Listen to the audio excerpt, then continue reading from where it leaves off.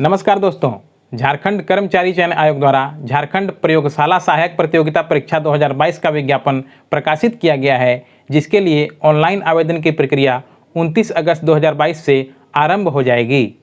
तो इसमें कुल सीटों तथा कोटिवार सीटों की संख्या इस विज्ञापन को डाउनलोड कर देखा जा सकता है। बात हम लोग इस पर करेंगे कि इस वैकेंसी को भरने के लिए कौन योग्य है या एलिजिबल है, क्योंकि इस विज्ञापन के प्रकाशित होते ही कई मित्रों द्वारा पूछा जा रहा है कि मैंने मैथ ऑनर्स किया है तो इस फॉर्म को भर पाऊंगा कि नहीं, मैंने फिजिक्स ऑनर्स किया है तो यह फॉर्म भर पाऊंगा या नहीं, या मेरा ग्रेजुएशन में सब्सिडरी के विषय में केमिस्ट्री रहा है तो मैं यह फॉर्म भर पाऊंगा नहीं। तो आइए विद्यार्थियों के मन में उठने वाले विभिन्न कन्फ्यूजन्स को विभिन्न प्रश्नों एवं उनके उत्तरों के माध्यम से दूर करने का प्रयास करते हैं। तो पहला प्रश्न है, क्या भौतिकी, रसायन और जीव विज्ञान प्रयोगशाला सहायक के लिए संबंधित विषय में प्रतिष्ठा का होना अनिवार्य है? उत्तर है नहीं।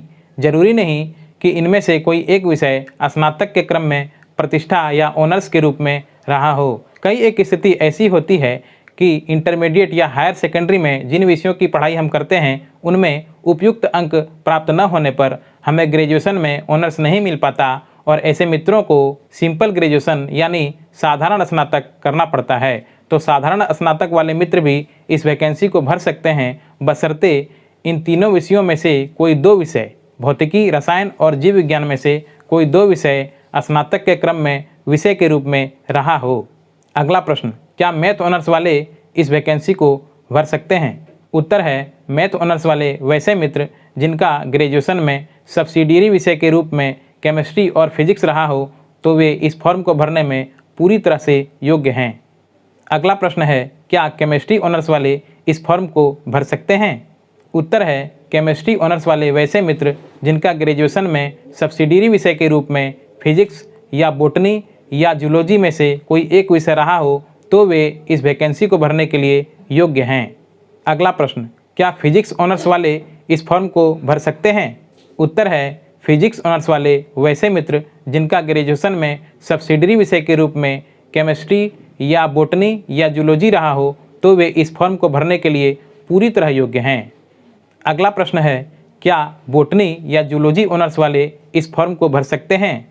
उत्तर है, बॉटनी या जूलॉजी ऑनर्स वाले वैसे मित्र जिनका ग्रेजुएशन में सब्सिडियरी विषय के रूप में फिजिक्स या केमिस्ट्री विषय रहा हो तो वे इस वैकेंसी को भर सकते हैं।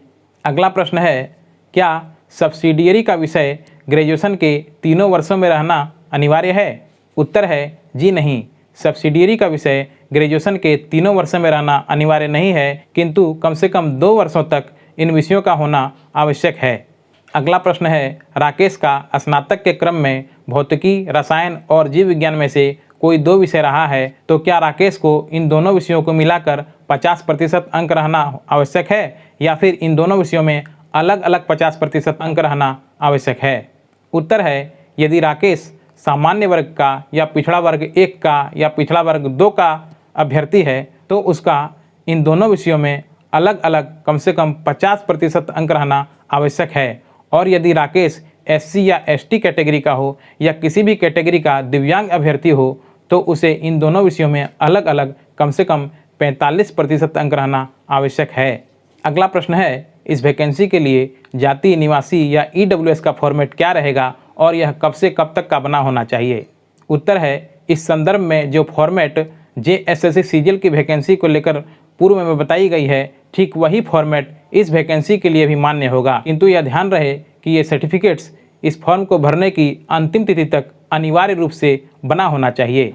जिन मित्रों ने उन वीडियोज़ को न देखा हो उन वीडियोज़ को देख लें और उन वीडियोज़ में जो फॉर्मेट दिखलाया गया है अपने पास जो सर्टिफिकेट्स है उससे मिलान कर लें। इस संदर्भ में जो पूर्व में जाति, निवासी और EWS से संबंधित वीडियोज बनाई गई है उन वीडियोज का लिंक इस वीडियोज के डिस्क्रिप्शन बॉक्स में उपलब्ध रहेगा ताकि हमारे मित्रों को वे वीडियोज सुलभता से प्राप्त हो सके।